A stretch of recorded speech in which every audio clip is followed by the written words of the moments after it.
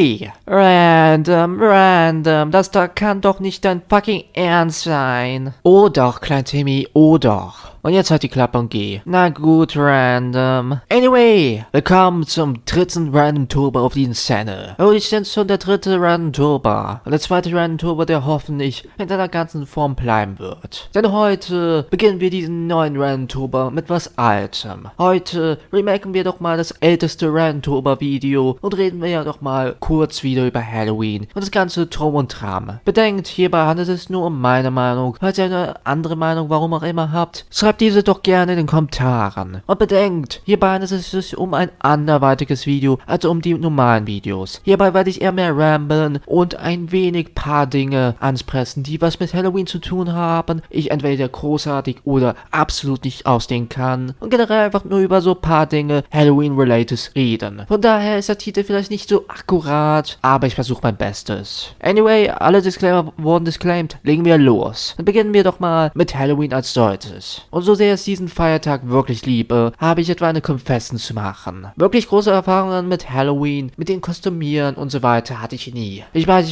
ein Schock. Denn ich, der Halloween-Fan Nummer 1, hatte nie wirklich eine richtige Halloween-Erfahrung. Und doch liebe ich diesen Feiertag so sehr. Das liegt einfach daran, weil das ganze Drum und Dran einfach wirklich genial ist. Die Stimmung, die Atmosphäre und selbst die Idee ist von Halloween großartig. Und ich weiß, hierzulande haben wir was Ähnliches, was deutlich populärer ist. Aber Karneval ist zugegeben jetzt auch nicht wirklich so interessant. Und doch eher mehr Troster als wirklich Halloween. Denn während Halloween so eine großartige Gruselstimmung hat, was hat Karneval wirklich? Ganz genau, Klein Timmy. Fucking nix. Anyway, zurück wieder zu Halloween. Nicht mehr Karneval-Hate. Und so liebe ich einfach nur alles drum und dran bei Halloween. Sei es nun etwa zu sehen, wie sich die Leute kostümieren. Was zwar hierzulande eher mehr seltener ist, aber hey, es gibt es ja. Oder. Generell das ganze Drum und Dran an Halloween ist genau das, was mich irgendwie an diesen Feiertag packt. Zum Beispiel aber auch Horrorfilme. Denn an Halloween ist es die perfekte Zeit, Horrorfilme sich anzusehen. Sei es jetzt nun den titelgebenden Slasher Halloween, der fantastisch ist, dessen Sequel aber immer Hit und Miss sein können. Oder sei es auch andere Slashereien, wie zum Beispiel die objektiv gesehene beste Nightmare on Elm Street, die wundervoll ist mit Freddy Krueger, gespielt hier von den genialen Robert Englund, mit sehr vielen kreativen Todessequenzen oder auch Momenten, selbst wenn die Main Characters bzw. unsere Leads nicht allzu dolle oft sein können. Oder auch Freitag der 13.,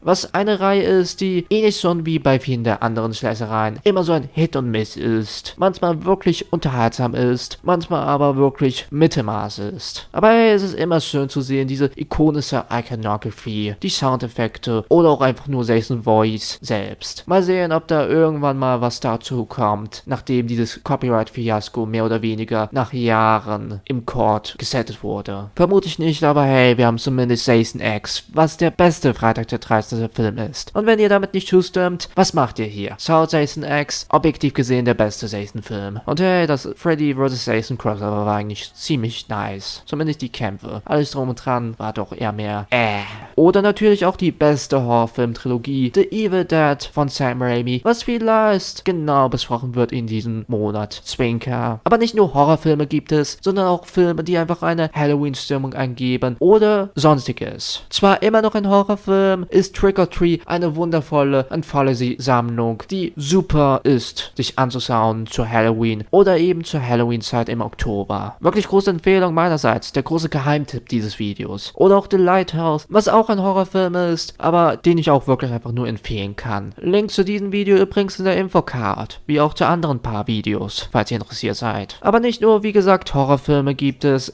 gibt auch anderweitige Filme zur Halloween-Zeit sich anzuschauen, wie Nightmare Before Christmas, was ein wundervoller Stop-Motion-Film von Henry Selick ist, der einfach nur ein wirkliches gutes Feinschliff hat für diese Stop-Motion-Filme mit diesem Grusel-Faktor. Mal sehen wir sich zum Beispiel auch Coraline an. Dieser Film hat auch einfach nur dieses märchenhafte Grusel perfektioniert, was schon in Nightmare Before Christmas zu manchen Aspekten gesprintet wurde. Und natürlich darf man auch nicht vergessen die Halloween-Specials. Heutzutage durch den Streaming-Format, Modell, was auch immer und immer weniger. Aber oh boy. Selbst wenn man, wie ich, Halloween nicht wirklich als Kind gefeiert hat oder überhaupt generell, so kann man nicht verneinen, dass die Halloween-Specials einfach nur großartig as fuck sind. Zumindest die meisten. Auch da gibt es natürlich Dinge, Klassiker. Aber man denke mal an solche Klassiker wie das erste Halloween-Special von SpongeBob, was ziemlich unterhaltsam ist. Oder auch eins der neueren Specials von SpongeBob mit wundervollen Stop-Motion-Animationen. Wirklich, ich könnte mich nicht satt sehen von diesen wundervollen Festival, Modern SpongeBob, I guess, Stop-Motion-Episoden, die einfach nur wundervoll animiert worden sind und auch deren Story auch wirklich gut stimmt. Vor allem das vom Halloween-Special, was mit Kreativität gefüllt ist. Oder man denke auch an Gravity Falls, was eine wundervolle Serie ist und generell in diesen Oktobermonat super gut reinpasst. Welche trotz dem Fakt ist, dass sie im Sommer spielt, einen wundervollen Umweg gefunden hat, ein Halloween-Special zu machen in Summerween, was nicht nur einer der gruseligeren Episoden ist von einer bereits schon deutlich gruseligeren Disney-Show, nein, es ist auch einfach nur einer der besten Shows von dieser Serie. Gravity Falls generell super, aber ich glaube, ich muss das euch nicht erzählen. Fast jeder hat bestimmt die Serie schon gesehen oder mag sie zumindest. Und natürlich gibt es viele